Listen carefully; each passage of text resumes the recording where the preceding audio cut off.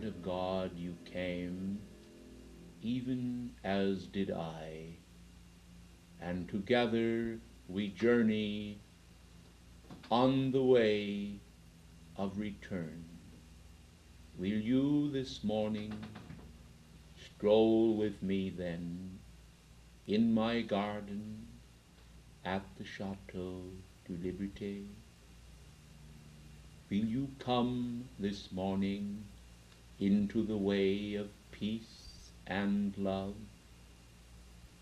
Will you forsake the delusion of the senses and feel the reverence of the God flame within your heart for the beauty of life, resurrecting in infinite compassion all of the feelings of grace that you have ever known, that we may enjoy this period together as one of gathering more of infinite grace into our consciousness.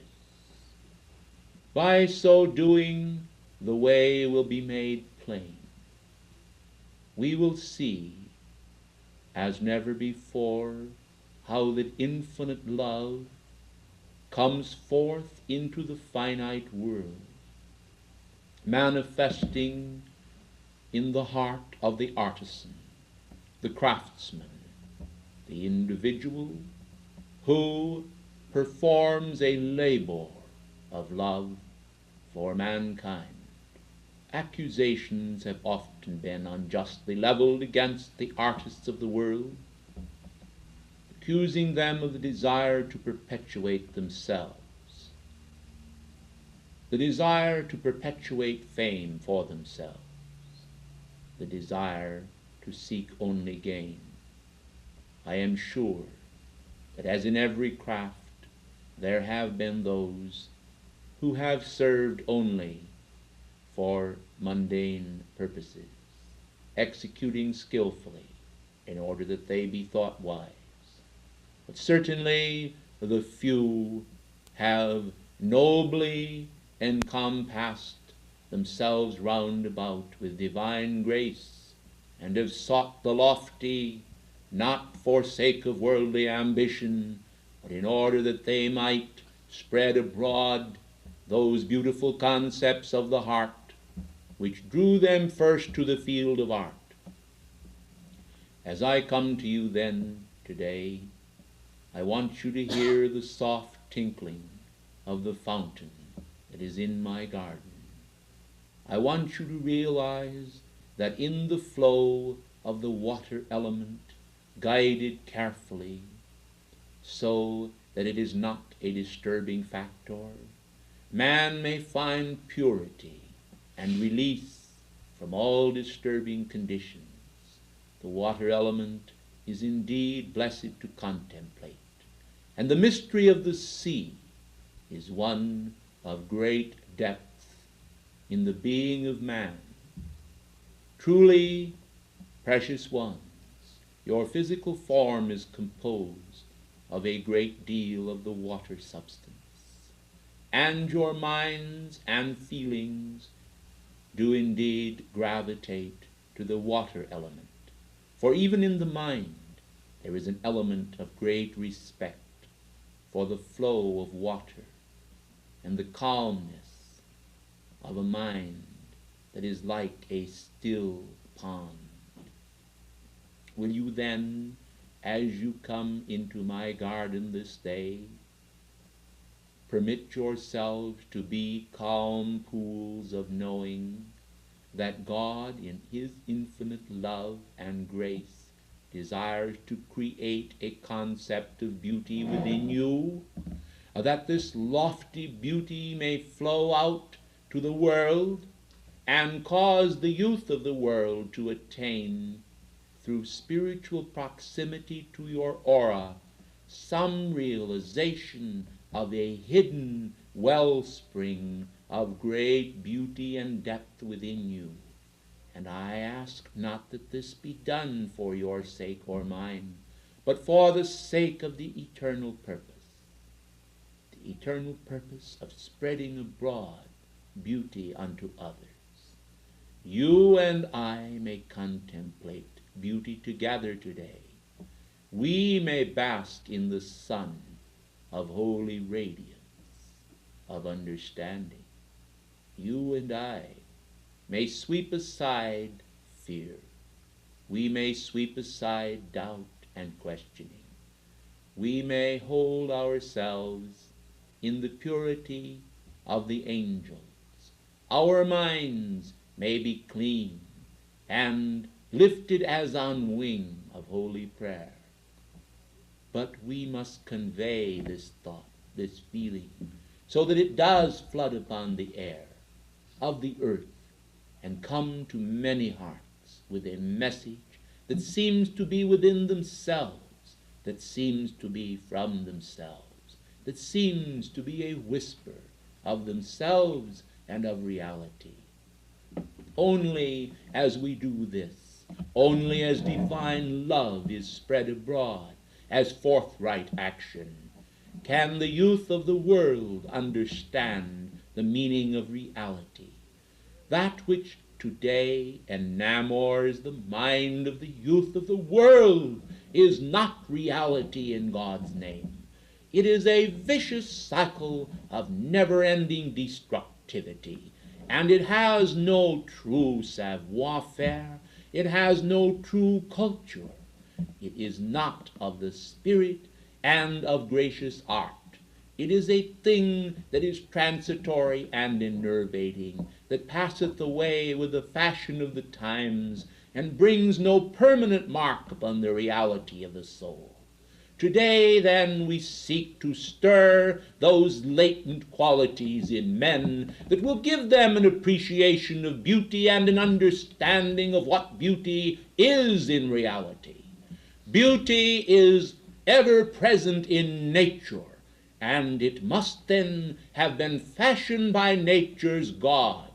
The deity is beauty, and he is mirrored as the breath of life, frozen into the beauteous patterns of a snowflake, or a star, or a dancing fairy with wand of flame, to gild the flowers and the field with the ever-changing wonder, magic of color and grace from the laboratory of God. All of this surrounds men day in and day out. It is but an outer symbol. It is but ephemeral too, for behind it there is the spiritual, immortal color of life that is woven of the fire, just as the outer is woven only of the earth and the water element, with a tinge of the fire of the sun passing through nature's magnificence. Let us then understand that that which is here below, that which passeth away as the fire passeth through it in the circle of time and space, is not the real. The real beauty is that which endureth forever, which is the master pattern from which nature itself draws design and form and symmetry. In the fire is the pattern, and out of the fire it cometh into manifestation. It is the light in the eye of a child. No awareness of death present in the eye of the child brings complete understanding of the Father's love into the child's eye and countenance. With the coming of age and the so-called illumination of the world and the things of the world, children are taught to fear. They are made aware of the fright that is present in the world. And so the bad dreams of life that come to them are the products of those older and supposedly wiser individuals who are entrusted with the care of the children of the world. And yet beauty goes a-hungering in the hearts of the world's children, and they beg the bread of spiritual grace and understanding.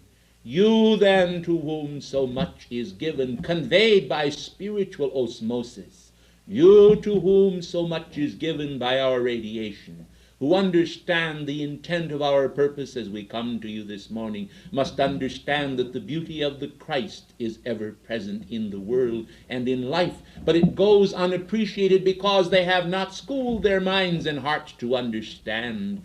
They have been taught a symmetry that is the concepts of men, and the symmetry of God goes unnoticed. They do not understand how that his hand works through the tiny beings of the elements to fashion and form that which they enjoy. They do not understand that also in themselves there is an outworking and outpicturing of eternal loveliness, which also flows through them as electronic essence. Men do not understand this. They do not realize or cognize that the electronic essence is real. They do not realize that just as the signal is borne upon telephone wires or through the ethers to your radios, that so the voice of God goes with its great cosmic challenges forth from the central sun as the fire of life within the soul, expressing the true beauty which has been captured in part by many of us in past embodiments who had some of this sense resident within ourselves, but who were unable to truly capture it all. For who can comprehend the infinite and then compose it into finite form? You see, precious ones, it is actually the service of infinite time. I use this guardedly, for there is no infinite time, but only the infinite. But to you who are caught in the web of time, it is desirable that I should express it thus, saying infinite time as defined from ordinary time. This is a short lifespan, whereas the infinite time of which I referenced here is the infinite manifestation, the absolute, the all-powerful radiation of God, released into form as his beauty, not only that which has been, that which is, but that which shall be. This is the transcendence of God, manifesting age after age in a magnificent outpicturing of true reality, which goes unnoticed before mankind's consciousness, but is always captured by the tiny angels and cherubs in some manifestation of beauty that at times is full of laughter, and then again is full of such somber dignity as to cause the heart itself to become introspective and to turn upon itself and wonder just what God hath truly wrought in consciousness. And this is somewhat the feeling that we have in the ascended realms. There are often moments when the grandeur of all that is revealed to us causes us to stand in awe of existence, and we ponder existence as a miracle. And the commonplace, the smallest little thing, the singing of a thrush, becomes for us a moment when celestial melodies are captured and heard not only in ear but in heart. And it is in heart that one truly hears and not just in ear.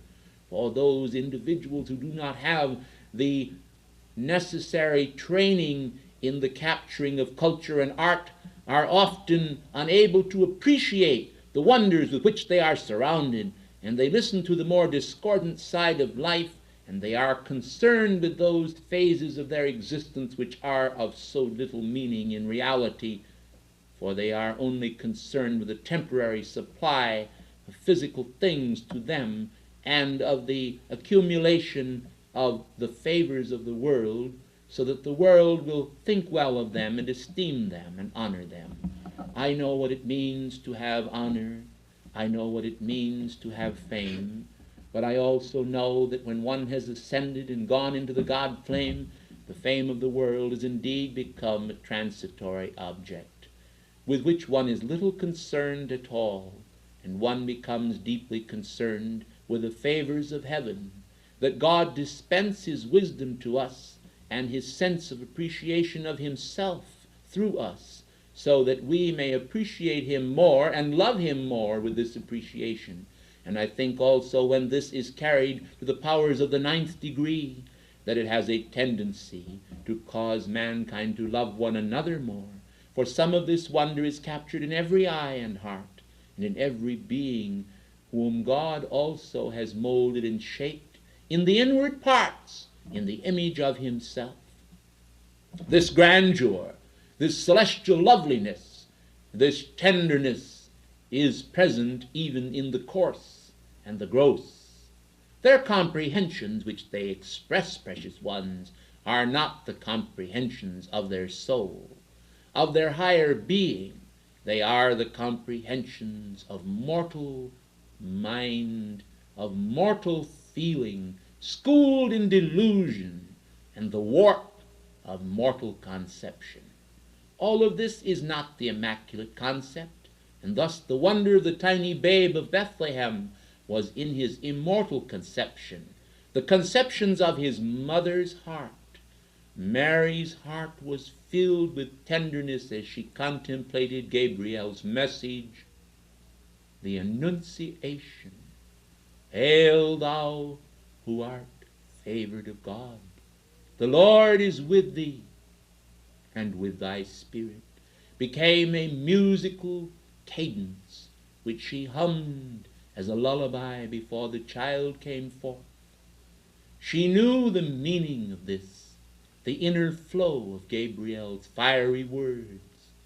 The favor of God was the favor of the good and the tender and the beautiful, as a jonquil, as a rose, as the song of a nightingale. All these that speak of beauty thrilled her soul, and the glances in the children's faces, the glances that expressed hope in nature, the eternal glance that looks up to the sun as if to say, thou art my light forever. This is the type of beauty, the thing that gazes in the eyes of a child to his mother and speaks to her these words, thou art my mother forever. There is no growing up, no conception of the flow of time. There is only the little blessed delusion of a frozen eternal moment, glowing with all the radiance of eternity. That moment becomes a thing of beauty and a joy forever, captured in the glance of a child. Men have tried to photograph these glances. They have tried to paint them and convey then to mankind the richness of the rewards of a moment. For eternity is grasped in a moment. Eternity is not grasped in eternity, for one could become lost in this unfettered vastness. But it is grasped in a moment, in the tenderness of true love expressed from heart to heart.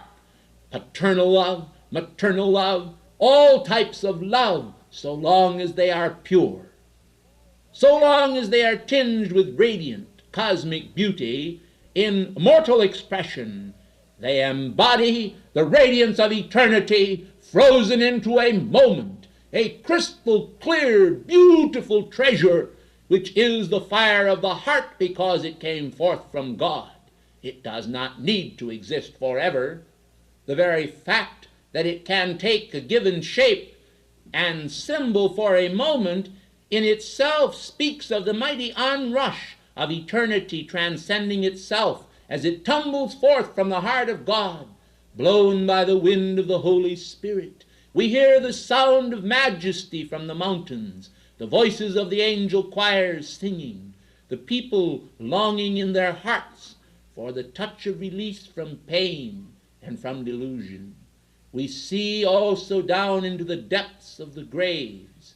We see also into the astral plane of existence, where men are enamored for a moment and then tortured by the delusions they have fabricated in moments of ill conception. We see the hand of the Christ going forth to release them from these burdens, and we see fear destroyed and cast into the lake of fire. We see all destructive emotions and tendencies cast into the lake of fire. And we see the fire absorb and purify and transmute and release all atoms from that overprint of darkness and malice.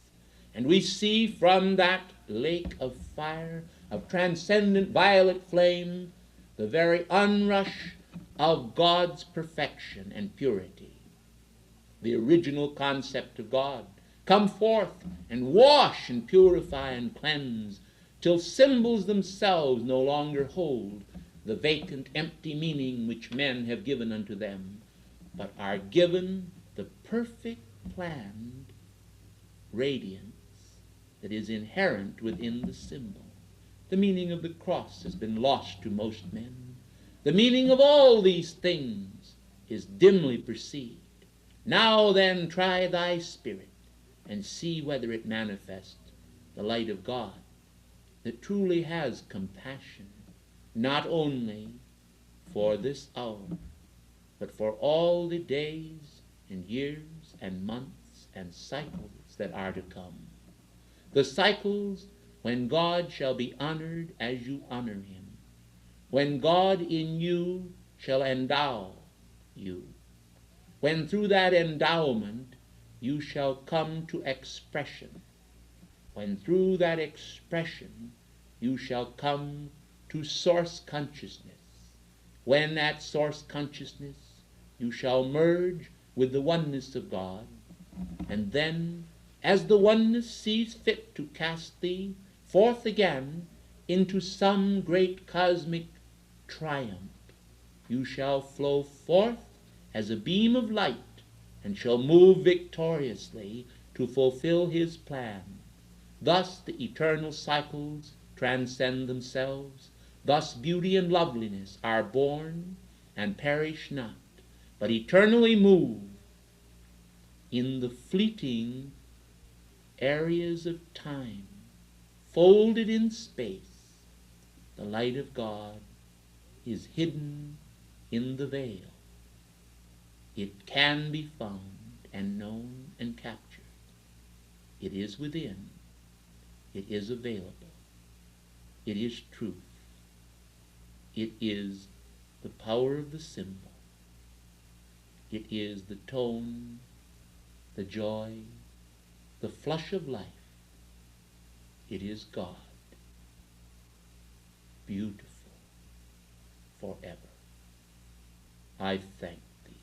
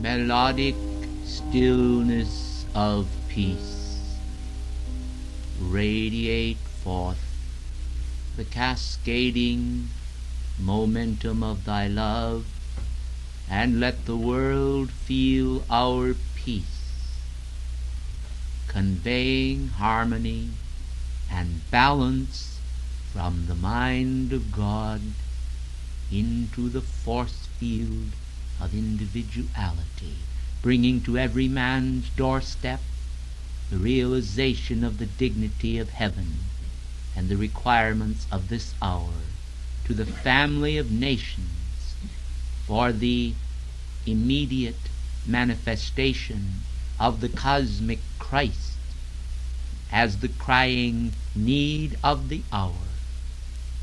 For the hearts of men require knitting together as never before, for the divisive forces of the world and the tumult created by antipathies which seem to flourish in this hour make it imminent that men understand how to preserve the values of spiritual missions to the world that are the salvation of mankind in every age.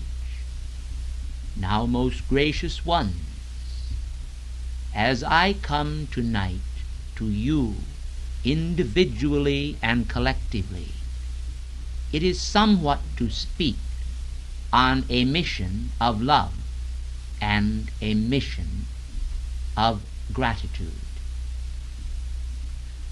Men must understand that a mission of love is the fulfilling of the divine law by each individual, whereby he rejoices in carrying to mankind the boon of gratitude for the other life stream and the selfless opportunity which such service brings to all.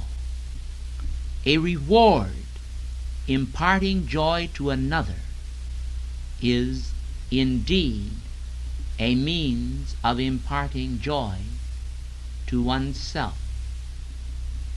You are the elect of God as you recognize the responsibility of the elder brother to stir peace as with a big stick, so that it is also agitated and spread abroad. Now, the concept of agitating peace may seem at first to be a little different than that which you have thought about in the past. But let me call to your attention that all eternal values that are worth having require attention and energy and diversion of energy into the main stream of thought, so that individuals will apply the law of life, the law of their being, to a given situation at a specific time for a specific service. You see, precious ones, there are many lonely hearts among the mankind of this earth. They are pilgrims. They come from afar. Many find life here disturbing to their sense of symmetry and balance. I would like then to speak to you in connection with a mission of service of the little children of the world, and how dependent they are upon their elders for the release of some kernel of holy wisdom. The little children, precious ones, need and require much love. This love is often only given through you. And if you close the door to that particular one that may be close to you, that needs or requires your love or your service, you may indeed deprive them of a sole opportunity for solace and peace. You do not at this moment realize how important the point of contact between yourselves and other parts of life is. You see, precious ones, functioning as we do from the invisible world, we seem very remote to those who cannot see us or feel our radiance, and God seems also remote to them. The only point of contact they have with reality is the repetitious patterns and habits of daily living, which they term real.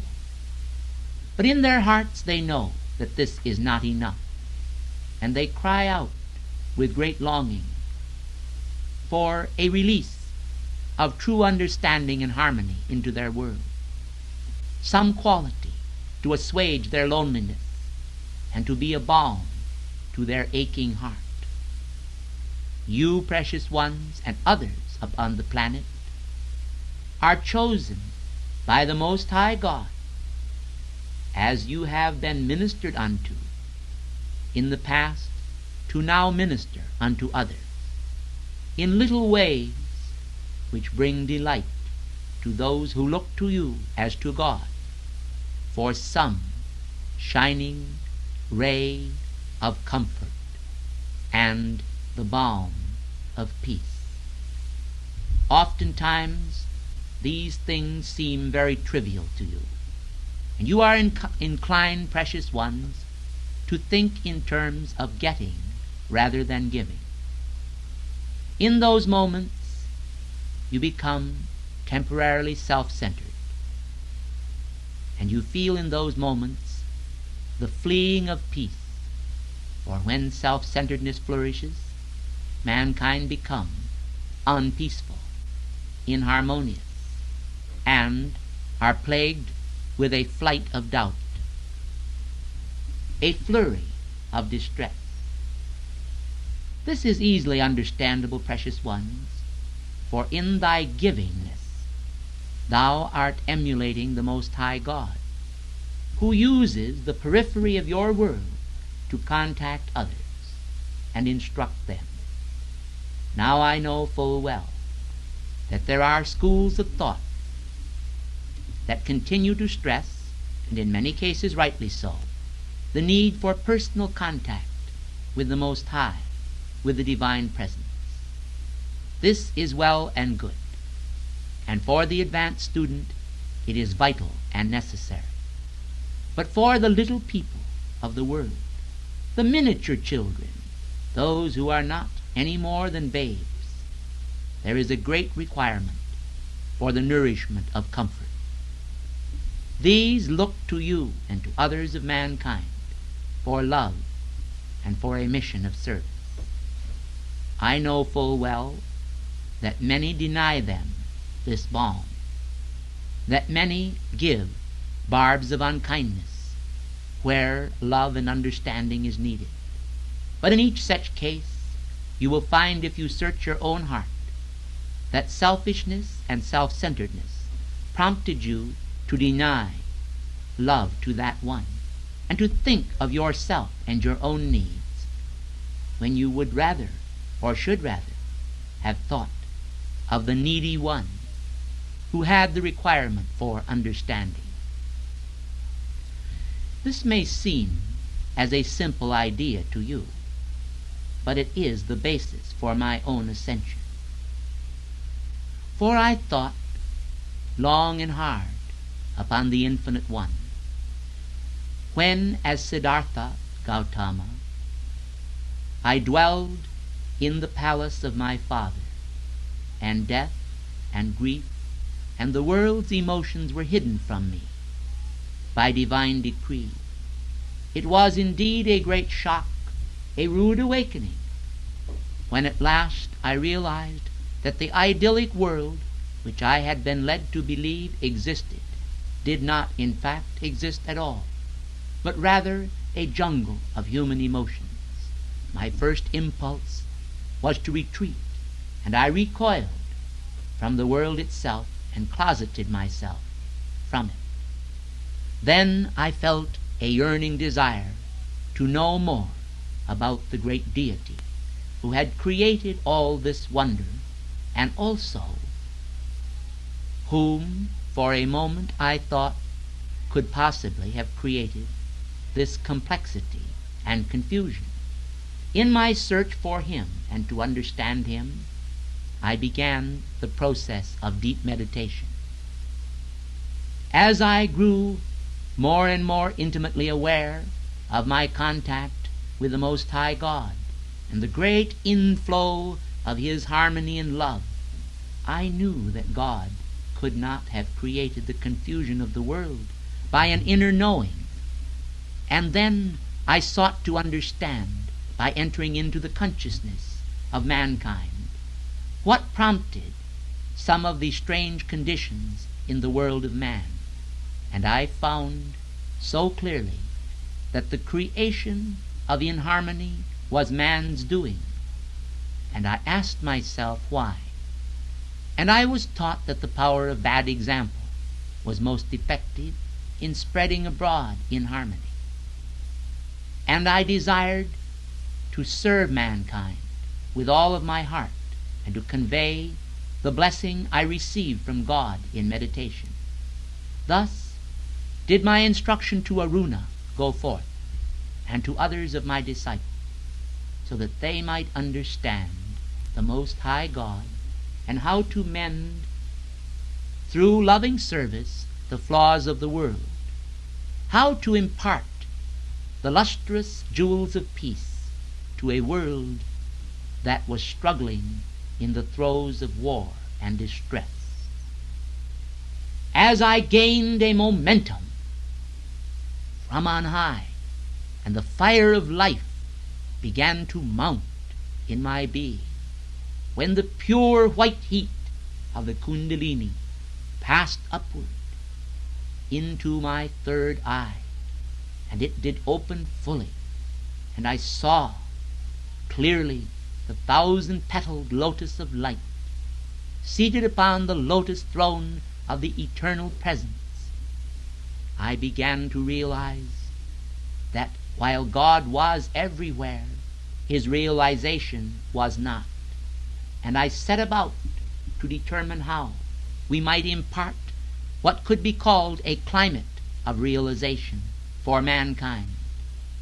How we could create attitudes of thought and feeling that would respond to this great divine one as he unveiled himself to me more and more with the passing of the years and the increase of the intensity of my meditation. I recall that at times it was all I could do to keep from falling or almost foaming at the mouth with joy. To sit upright, to feel this vast sweep-in of cosmic joy, was almost more than I could bear. It almost shattered that peace which is the peace of God. Now this may seem for a moment to be a little difficult to understand. It is best understood from the viewpoint of realization, of actualization, of attainment. If you attain the peace and the meditative joy which I did, then by experience you will have understanding through direct apprehension. This is perhaps best, but I have chosen my words well this night, that I might convey to you some of my own inner feelings about this situation, so that whether or not in this embodiment you are able to attain the fullness of your ascension, you will at least, whether or not you attain the fullness of the light I did as the Buddha, you will understand, at least by your understanding, how it is with the joy of the Lord, how the great inflow is often more than man can bear. And this is a real peace that can be agitated and spread abroad.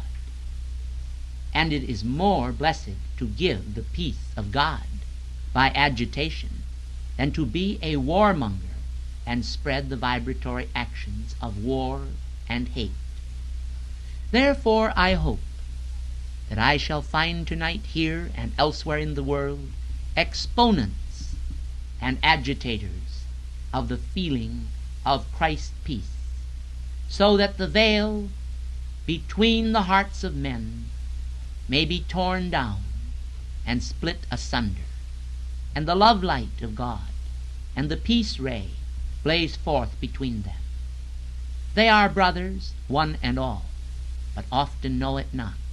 Accentuating their differences, they forget their areas of oneness, and they struggle against one another in needless expenditure of energy for the destructive purposes of those who agitate for confusion and destruction. Blessed are the peacemakers, for they shall be called the children of God. It may be new to some of you to agitate for peace, but I think if you read thoroughly the Bhagavad Gita and understand the meaning of never the spirit was born, the spirit can cease to be never, you will appreciate more fully the richness of our understanding of peace and the need to enter into the battle of life in a militant manner in some cases to enforce the quality of peace rather than submit to the viciousness of human error. From the lotus throne of my heart, in the great calm knowing of the future that is to be, I choose to be an example of divine peace. Knowing, however, the importance of communicating this power of example to you, I gladly relinquish in your area of the world my own office, and I will gladly let you be the Buddha where you are, if you will accept the offering of my gift. I recognize this will mean the assumption of responsibility by you, but I think that it has its rewards, and it is a means whereby the influences of Shambhala can be extended, and the banner of Shambhala fly over the whole earth in the hearts of the people.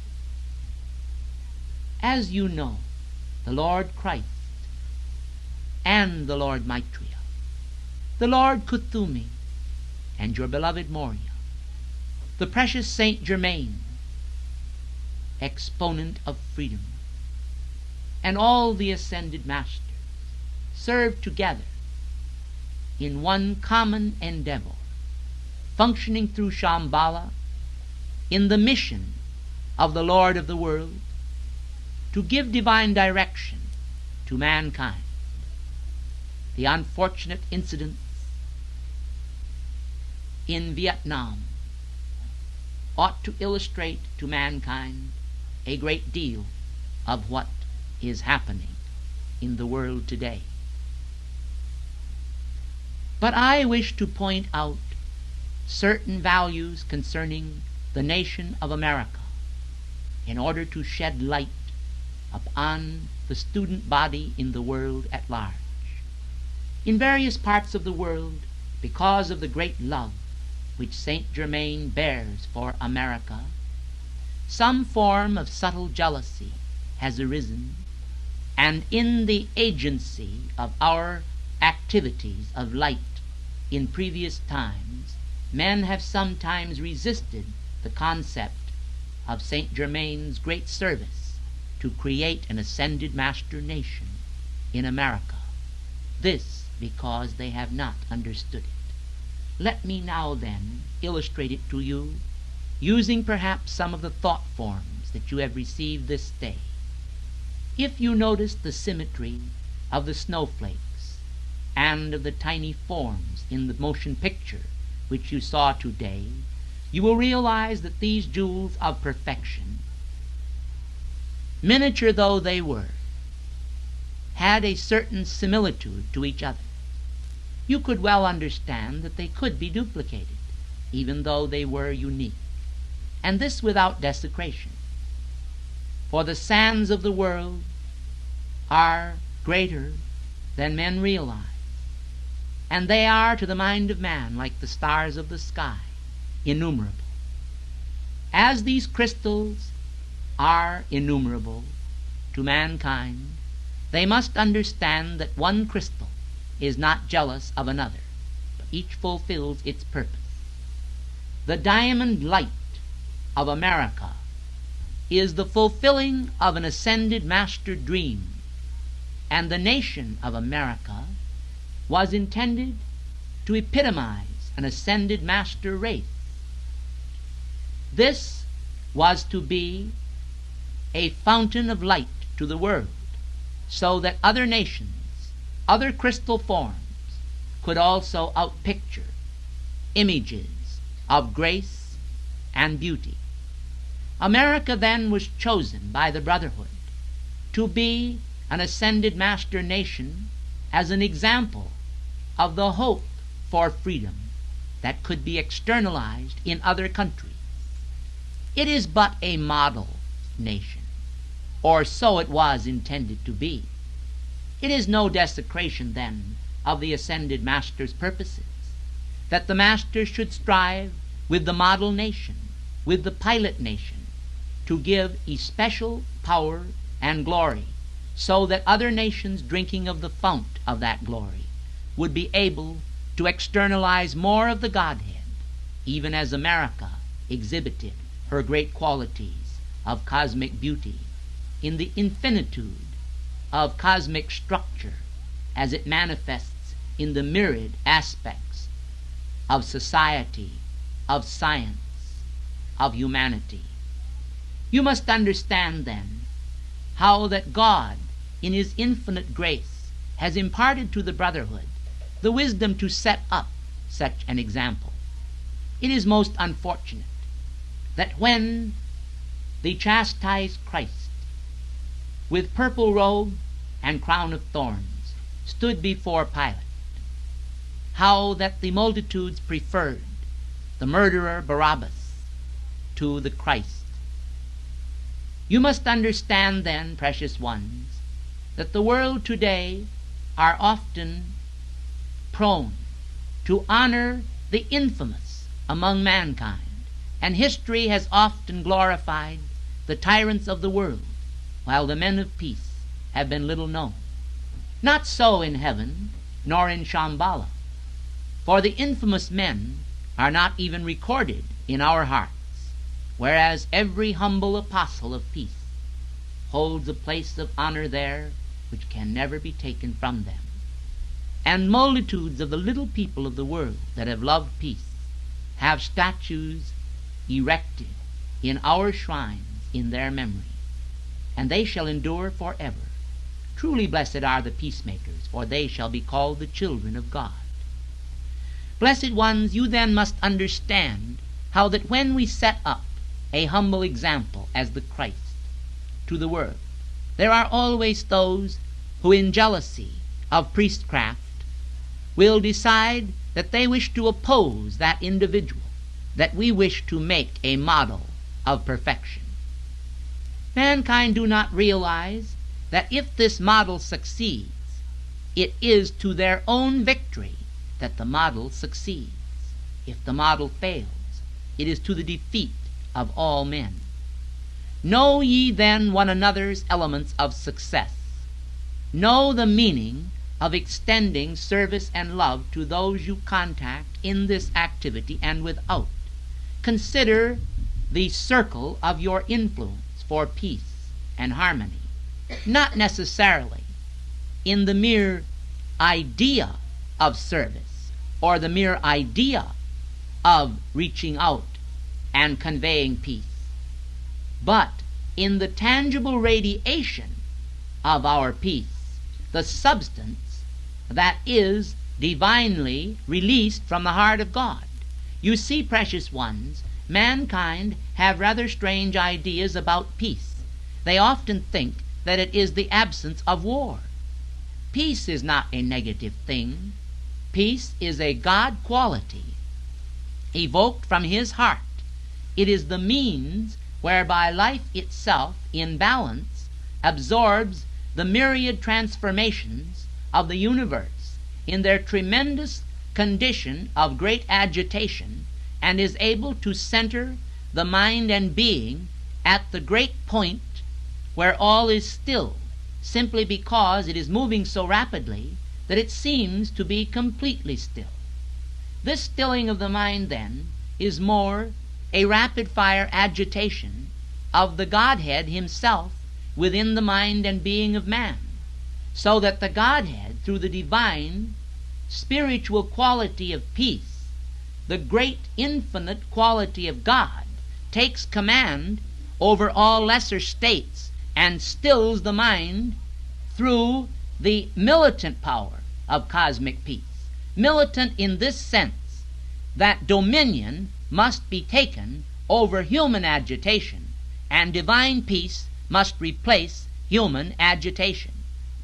You see, precious ones, if peace were a negative quality, simply the absence of war, it would not have the actual power of God inherent within it to stabilize human lives. But because peace is such a great prize, it does have this power, and it is derived directly from the Godhead himself. Therefore I have chosen to release holy wisdom to you this night, in order that you may counteract the banal influences of the world. We have not given up on America. We have not given up on this activity. We have not given up on you. We have given up on none who will keep faith with us, and we are determined to release and unveil to the hearts of men all that the Karmic Board will permit us to do. And we are determined to act in the world of form, to bring about those conditions for which you have called, that will release men from bondage and bring about an end of war and discord, the flourishing of cosmic culture, and the ushering in of the golden age. All activities that may take place, precious ones, that seem to be destructive then, at this particular time, are themselves in a way breaking down, even as Beethoven's music did, certain barriers to mankind. For example, precious ones, the very fury of the youth of the world in their present state of consciousness, the definite action of destruction which takes place in society, tends to make the world sick of itself, and in this way there is produced a greater turning toward God. Many will not admit it. Many will only admit it to themselves. Nevertheless, this is a good sign, for it proves that the power of the Christ who said, I came not to send peace on earth, but a sword, yet who was called the Prince of Peace, then comes into manifestation as the militant defense of divine peace in society, through society understanding, first of all, how to rule their own individual lives, and then those institutions which they have constructed for the betterment of man. This organization that I am addressing this night, the Summit Lighthouse, is such an organization for the betterment of man. If you can succeed, as we believe you will, in producing awareness to mankind of the need for greater understanding beyond the religions of the world now currently in vogue, and beyond the systems of the world, you will be readying the world for the establishment of that which many of you have called for, an ascended master university, where the great cosmic teachers can speak to the student body of the curricula of heaven. At that time, certain changes will take place, and instruction will be released, whereby each student will be shown how they can for themselves contact the ascended master's octaves and be God-taught. Then shall be fulfilled the scriptures which clearly record, man shall no longer teach his neighbor, saying, Know the Lord, for all shall know me from the least unto the greatest, and the lion shall lie down with the lamb. And man's teachers shall not be removed into a corner any more, for they shall see their teachers face to face and converse with them. The angelic hosts and the ascended masters will in that time be able to step through the veil clearly visible to the purified eyes of mankind, and the techniques of opening the spiritual eye will be imparted to children at the age of 7, and they will come to a point where they will be able to realize God at an early age, when great areas of soul usefulness can bring about the production of wonders now undreamed of in society. However, before this shall occur, we still hope to found an Ascended Master University through this activity, to bring about great halls of learning where cosmic truths can be declared, and where men can be readied for the adventures of the wondrous world that is to come. For the divine drama, though it seem compressed in space, though it seem compressed in time, is actually waiting as a coiled spring to be released with great springs of everlasting life, the waters of which men who drink shall never thirst again. We are determined to satisfy man, not in the bottomless pit of his inane and absurd human ideas, but in the great soul thirst, assuaging that thirst by the balm and unguent of our peace. As I now prepare to take my leave of you, I am invoking the power of God from the heart of the Elohim of peace.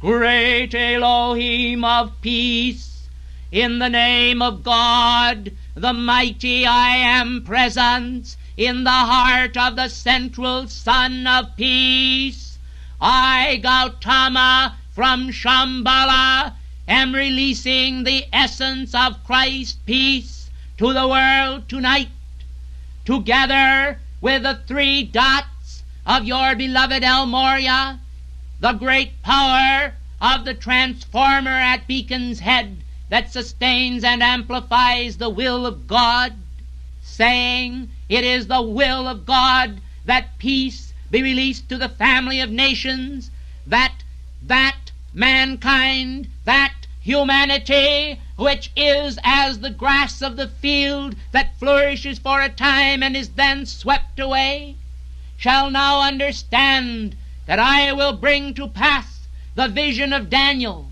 that a great stone cut out without hands shall roll forth into the world as the gift of cosmic realization, and that the power of that stone, that rock upon which the Holy Church divine is founded, shall indeed be understood in a wealth of spiritual gnosis, so that men will understand that the root of Jesse, the seed of God, the seed of Christ, has flourished in this time as the great stone, which has become the head and chief cornerstone of every life, templed in the great domed reality, where the beautiful blue horizon of infinity looms above the temporal dome of man's head, and man is able to recognize that the power of his aura can expand by peace until the schisms and divisions that now bar mankind, the barriers to human brotherhood and experience, are burned away by the unfailing light of peace. O Elohim of peace, burn thou away the human barriers.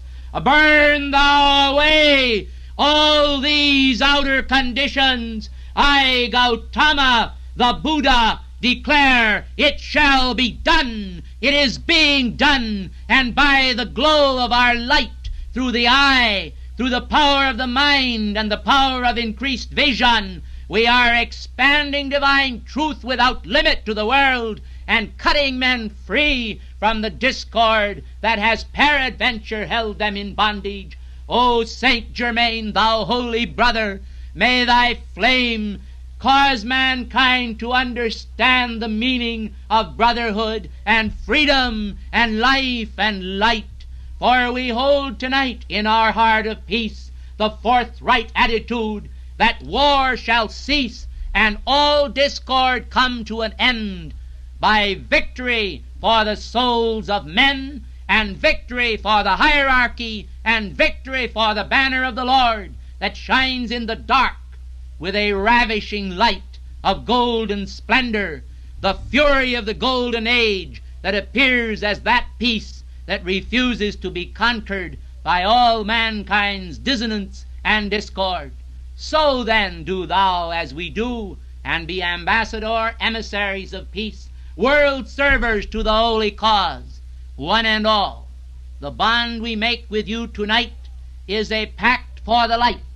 Clasp my hand then, one and all, and hold it through the room. Do not let it fall. It is the light of peace I send through your bodies without end, a circlet blossoming of gold, that now is garment of the Lord to enfold the souls of all whose bond shall be their word as God's for eternity. You pledge your word, I take your bond. You shall not break it from now on, for you shall be as I am now, a light and flame of peace I vow, and if my vow is honored then, 'twill mean salvation to all men. In the name of peace and the treasure hidden within it, I thank you and I salute you in the bonds of the holy solstice to come. Salutem, Anno Domini, October 1965, in this class. So be it. I thank you, and I bid you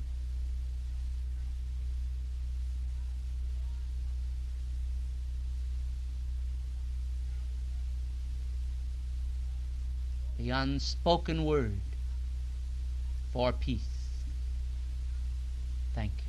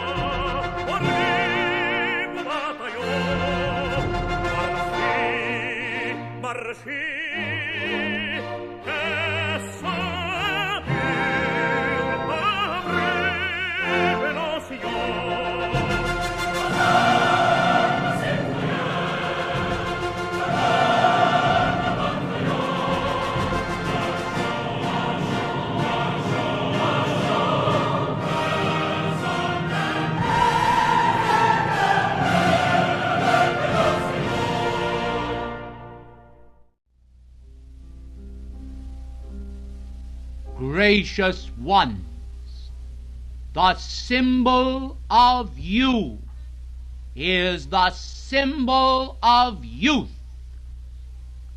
The symbol of maturity is the symbol of the mater. Maturity. Hence I am your elder sister of light, whose torch beckons you to a goal self-appointed by your divine presence and embodying the concept of upholding hope for all people. Now the saga of you The great story of your being is one song without end. Yet interruptions of this melody of being have occurred again and again in the lesser realm of mortal dimension, circumscribed by popular opinion and interpreted by minds not yet alert to the maturity of the spiritual age. I am come then this day to give you my great God feeling of the need to expand and expand and expand your energy Godward to God. Won't you please be seated? The time of the end is the time of the beginning, when the great life tides that call mankind home, in their beckoning and their release of sustained radiation of divine love, do inspire and fire mankind to recognition that this is but a testing place, where you abide for a season until you are well seasoned and ready to graduate to new dimensions of being and consciousness, fulfilling the purposes for which you first took mortal embodiment. Gracious ones, the tides of life are running in, and the tides of life are running out.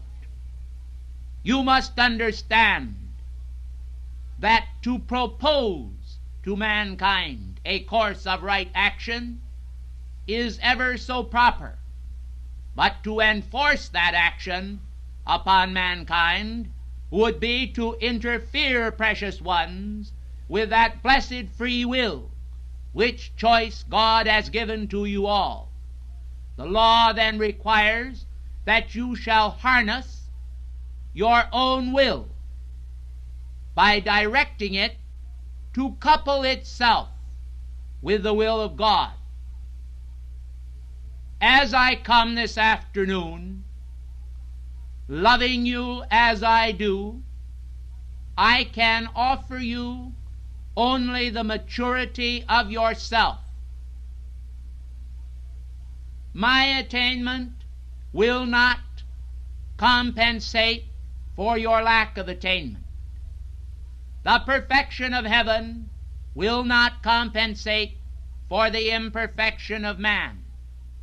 Even now, as I speak, in the universe, new designs are being born in the mind of God, and great cosmic beings are nodding and bobbing their heads, as it were, to one another with joy and anticipation, declaring to one another, "See the wonders our Father has wrought. Behold how he loves us. Observe the new creations of his mind and heart. How glorious will our future be. With what hope we continue to move across the trackless infinite." Gracious ones, this is but a coup d'oeil of that which will come about as you leave behind mortal consciousness and concepts and enfold yourselves with the eternal garments of the future. But now is the time when you are forging for yourself those great links of cosmic freedom which will make all this possible. To deny yourselves the benefit of spiritual contemplation is one of the greatest follies that mankind can ever do.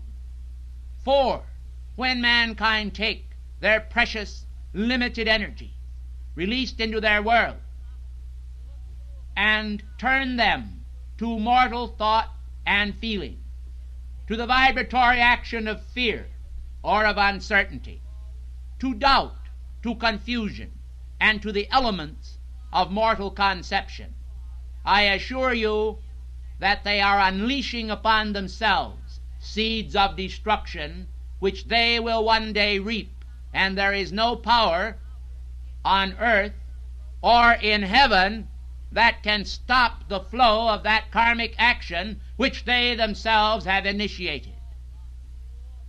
This is the mood of the times. In my hand I hold a book. It is the book of the law. In your hand you hold a book. It is the book of your law. The book I hold is cosmic law. The book you hold is the law of you. You write your own laws. You determine your own course, for you are free-willed beings. There comes a time, precious ones, when mankind call for a descent of the will of God without reserve. When they are surfeited in the molding experiences of the carnal life, they call to God and say, "Not my will, but thine be done."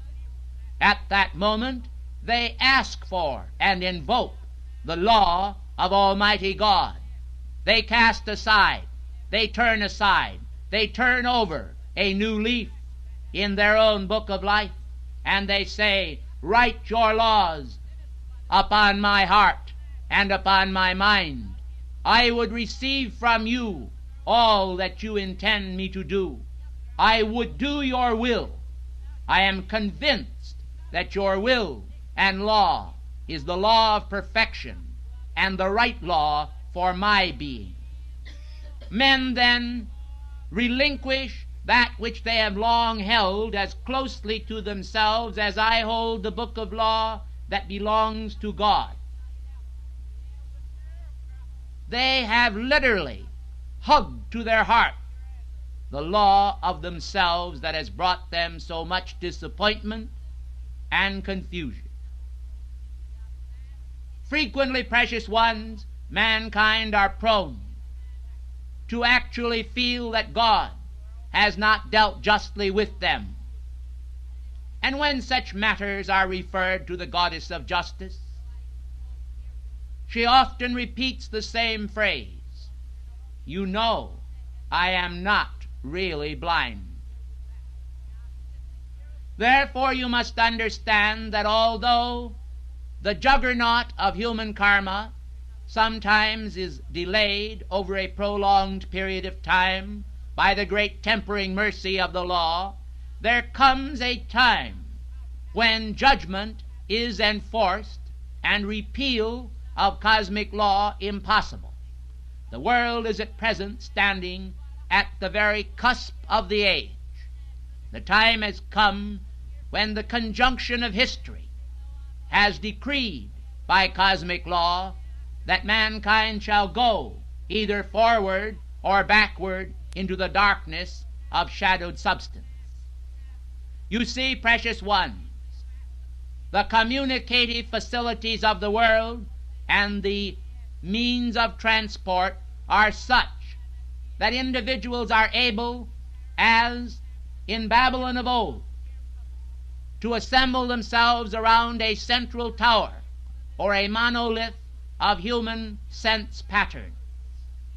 Men and women are able then to easily pattern their lives after one another, and one folly does beget another until the world is full to the brim with a multiplicity of folly.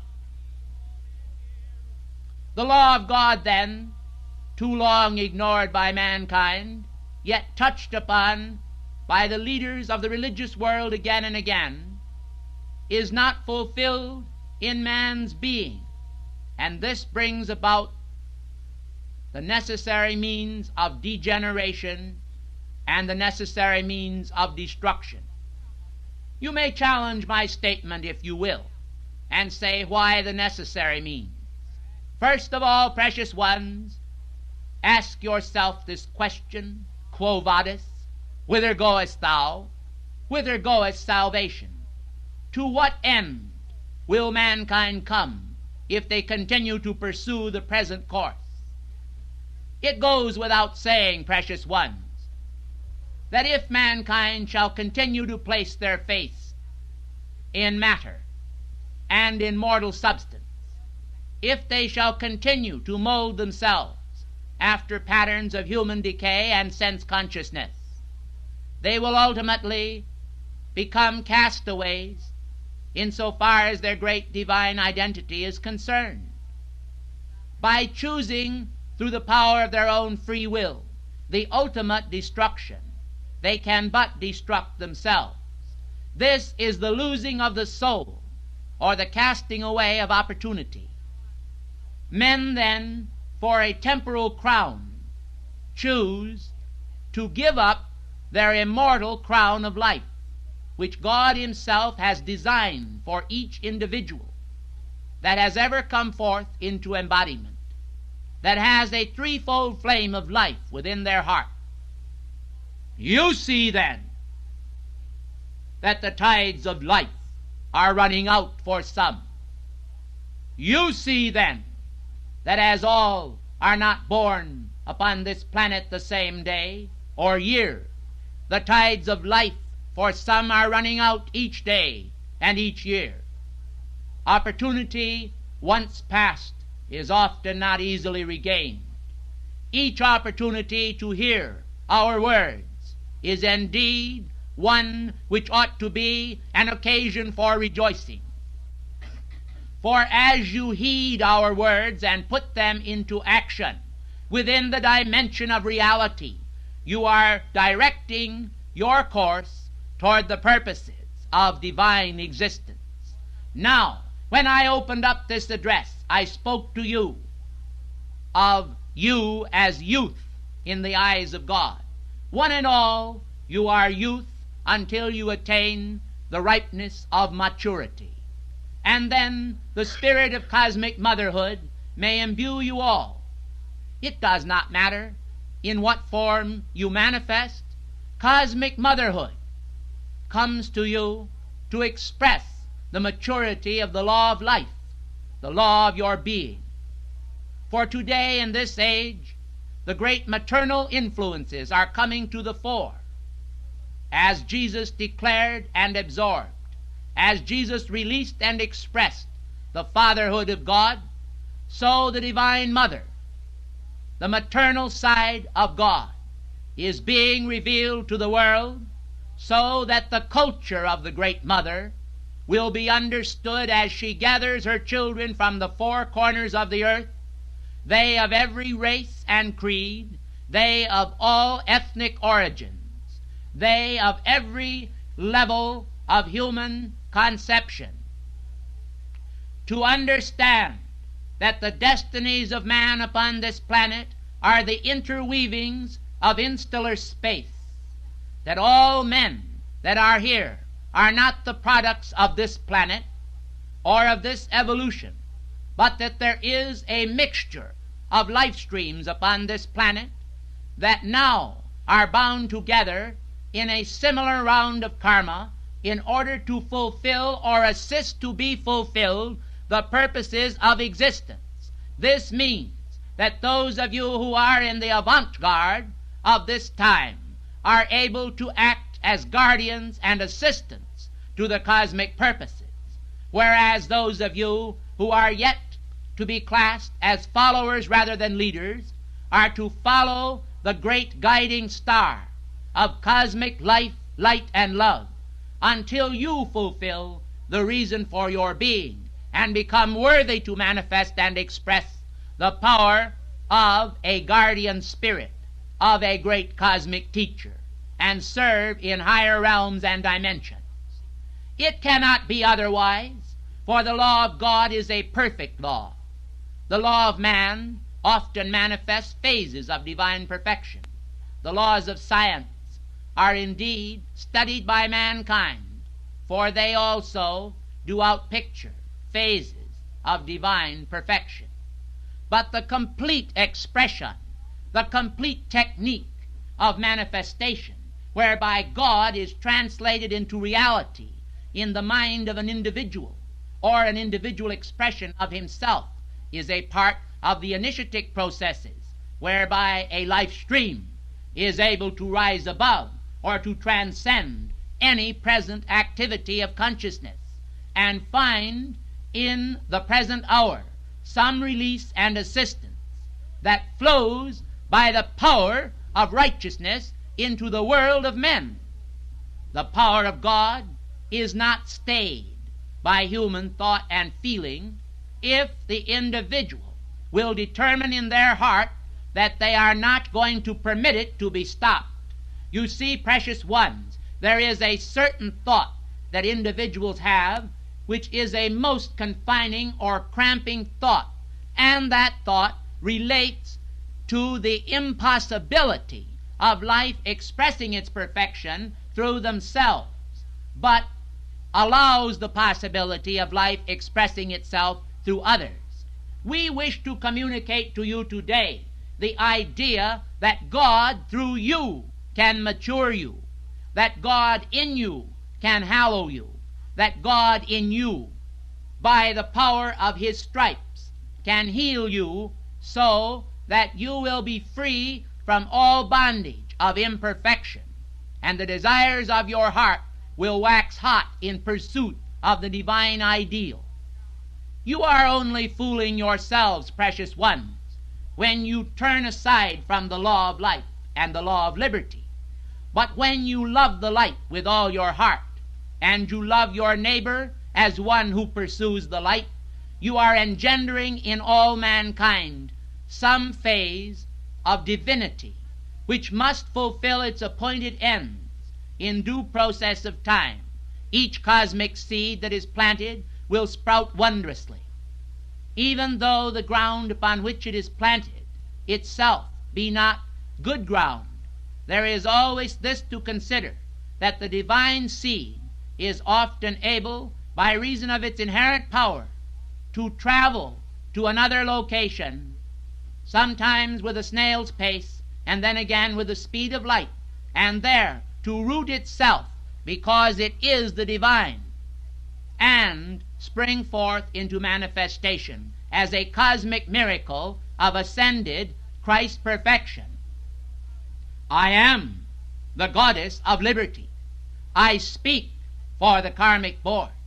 I adjure mankind one and all in this age of great scientific achievement to understand that the wings of the spirit that are being sprouted by mortal men and women are indeed the most important and orderly process and achievement of mankind, that the greatest achievements are not being won in the scientific world, which after all is limited by form capacity, but are being released and revealed in the world of limitless spirit, where expansion takes place with the speed of light in the eternal now, and where on an instant you can find yourself making more progress than you have made in 200,000 years, manifesting embodiment after embodiment here below.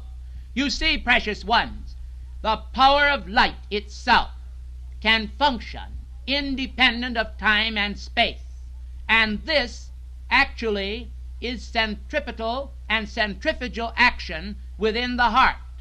For mankind must understand that they must draw out from the fire core of their being the God evolution that is locked there in the sacred fire seed, and then begin to evolve that which they have involved within them, so that there is a manifestation of as above, so below, in the world of form from within out, not just from above down below.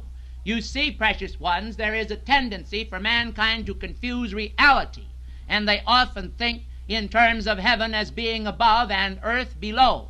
They do not seem to realize that in the vastness of the universal spheres there is really not so much an above and below as a relative state of conception in the mind of men. Therefore, the real reality of heaven is the kingdom within you, which, involved within you, must now evolve without.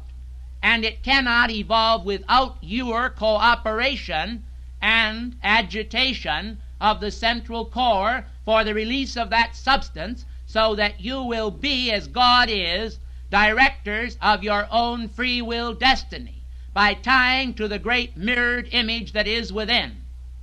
That image that reflects within yourself all divine tendencies and properties, and is never identified with mortal limitation or sense consciousness, for it is ever the eternal presence of Almighty God and the standards of His excellence, which are released to mankind by the power of the Holy Spirit from the very heart of the Lord Mahachohan, with the first breath drawn by the incoming child.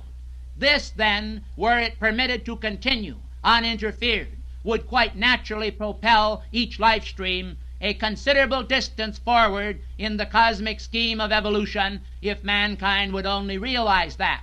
But unfortunately, with the coming of age, men find that they are not so much coming of age as they are coming of rage, and the powers of emotionalism take place within their world again and again, whereby life becomes an opportunity for energy motion or emotion to actually spill itself over one another, putrefying and destructing the constructive embryonic activities.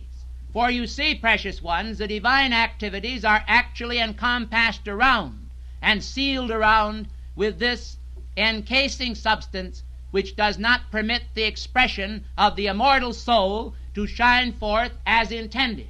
The tiny infant Messiah, the Savior of the world, then, is placed in the manger and straw of mankind's bellwether consciousness, where they seem to feel that they can determine for themselves what they will do in the future.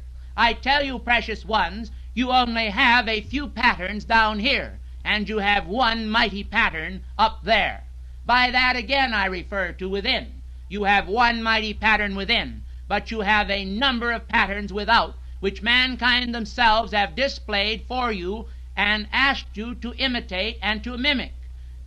I want you to know that the hypnosis of existentialism, whereby men outside of themselves seek to impose upon one another their own existence, is a frightful thing, for men are not content themselves to walk the wrong pathway through fear and through human concept, but they insist upon putting these concepts upon one another and directing their fellow men in the course of downward degradation which they themselves have chosen.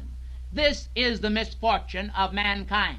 And I think in the past few years, quite some time ago, just before the advent of communism, in the manifestation of the mad monk Rasputin, you will see the idea and ideal of the powers of darkness come full circle.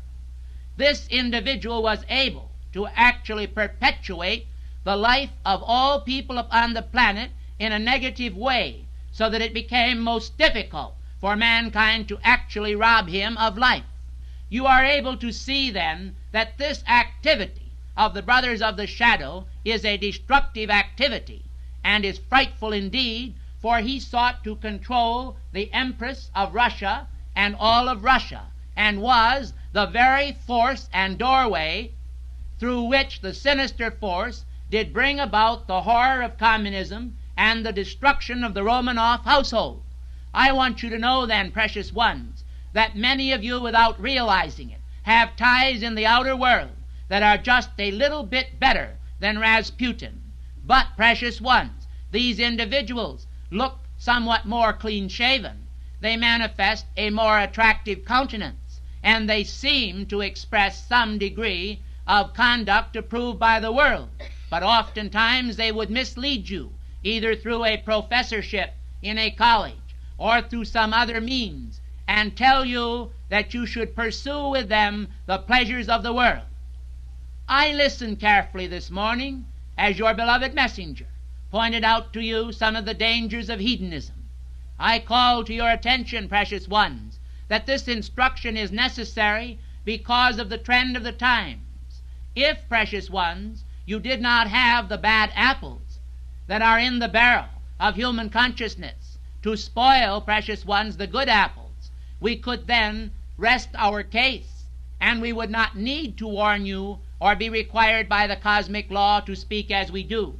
Then we could speak completely about the wonderful trees of God in the Garden of Eden. We could speak of the tree of life. We could show you how to perpetuate your life in this body for a much longer period of time.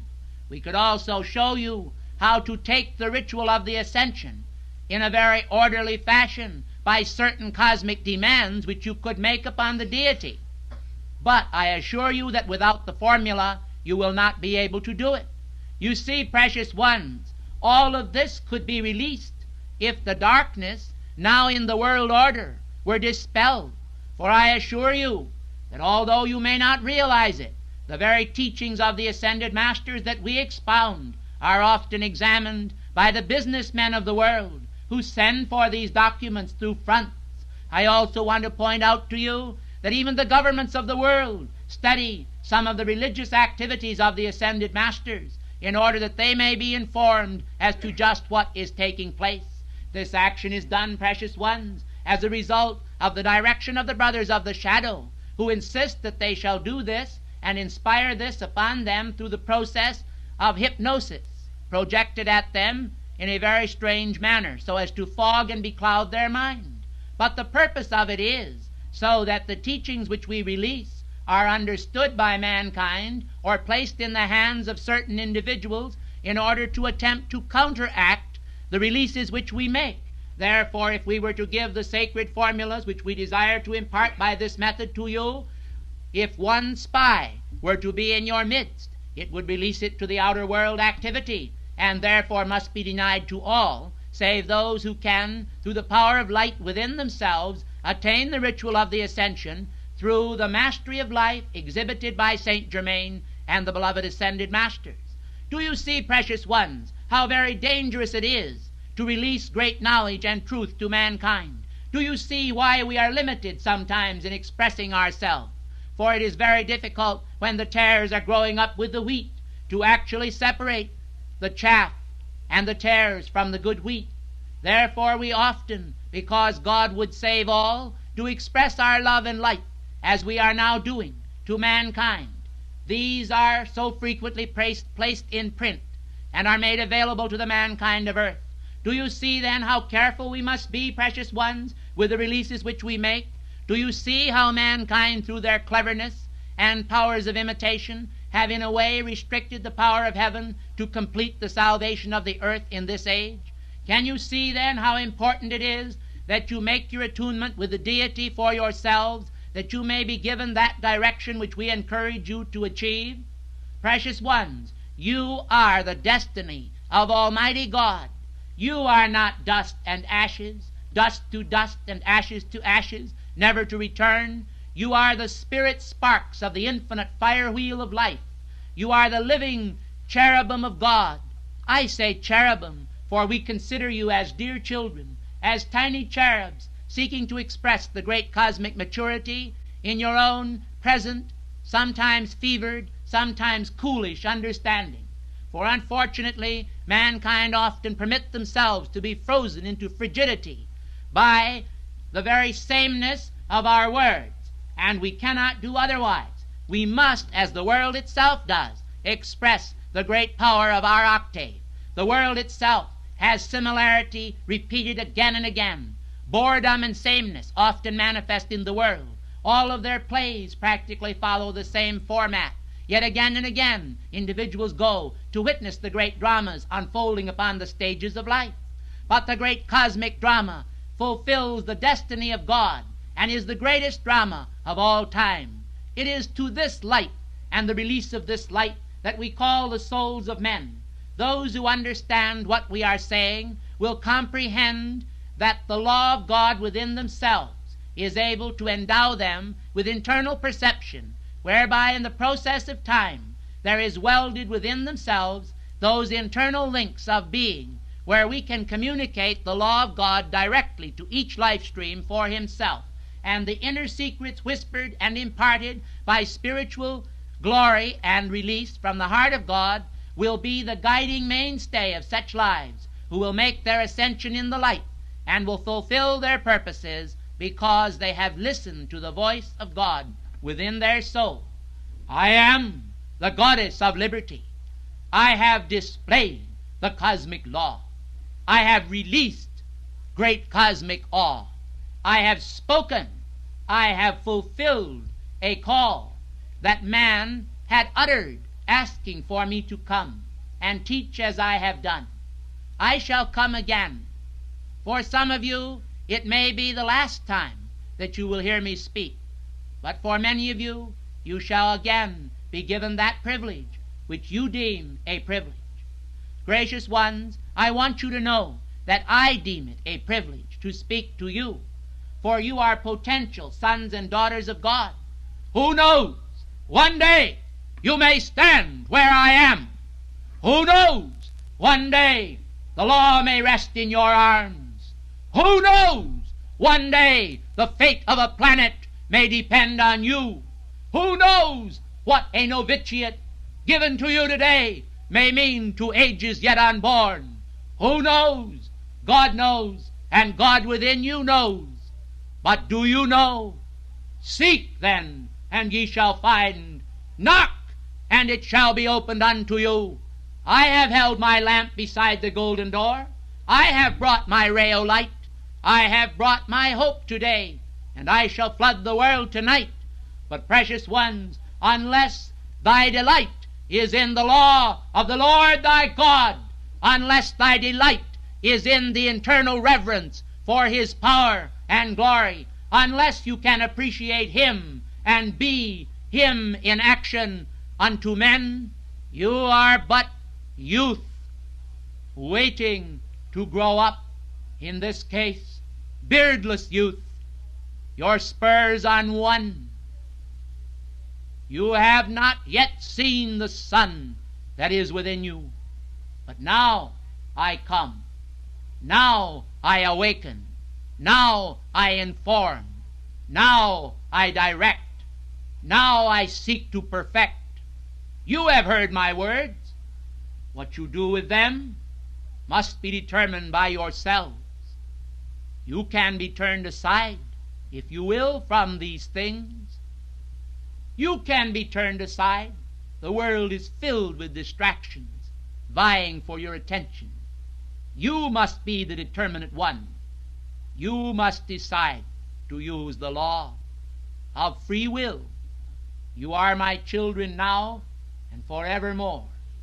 But as you do his holy will and open the book of the law, you become much more than you now are. And I think you shall one day be that much more, and for some it will come sooner than expected, and for others there will be little delays, and for some, unless they change their ways, there will be great delays. But I say to you all, the sun has traversed the realm of night, and the first beauteous segment of that orb appears in the east. Its golden rays pour through the blue of the heavens.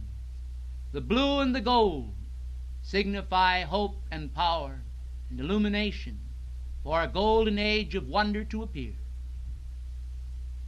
Listen and hear. Listen and hear. Listen and hear. Listen and love.